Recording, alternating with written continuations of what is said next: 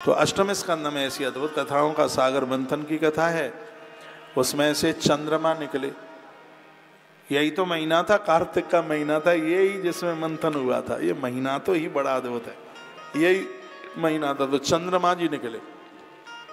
चंद्रमा जैसे ही निकले तो सब लोग उधर चिल्लाए, चंदा मामा, चंदा मामा, चंदा मामा, चंदा मामा।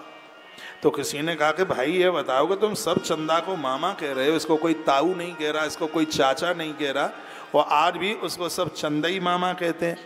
क्यों चंदा मामा कहते हैं?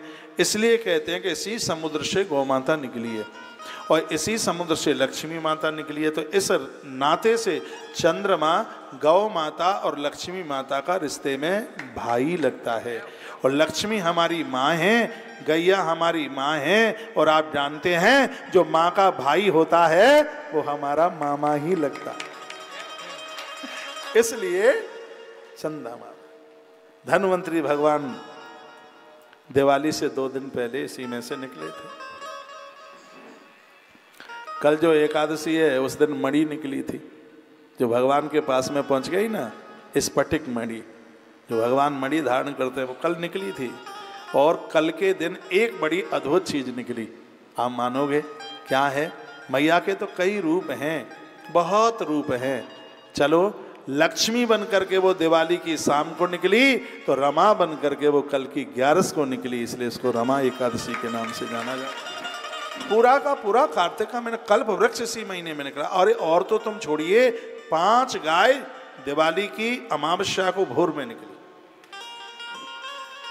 उस दिन अमावस्या थी। हम 31 तारीख को दिवाली क्यों नहीं मना रहे हैं? इसलिए नहीं मना रहे हैं क्योंकि दिवाली के भोर में अमावस्या के समय पर 5 गैया निकली। अब 31 तारीख को भोर में अमावस्या हो तो बताइए, तो फिर 5 गैयों की कल्पना कैसे की जाएगी? फिर भोर में अमावस्या को, भोर में दिवाली की भोर में अमावस्या को 5 गैया निकली। गावो पंच पवित्राणी, भागवत में श्लोक है। ये 5 गाय पूरी धरती को पवित्र करने वाली हैं। और इन गायों के नाम भी हैं। सबसे पहली गैया है नंदिनी, दूसरी है सुरभि, तीसरी है बहुला, चौथी है सुभद्रा और 5वीं है सुशीला। उस समय 5 महात्मा आश्रम बना के रहते थे, आश्रमधारी थे।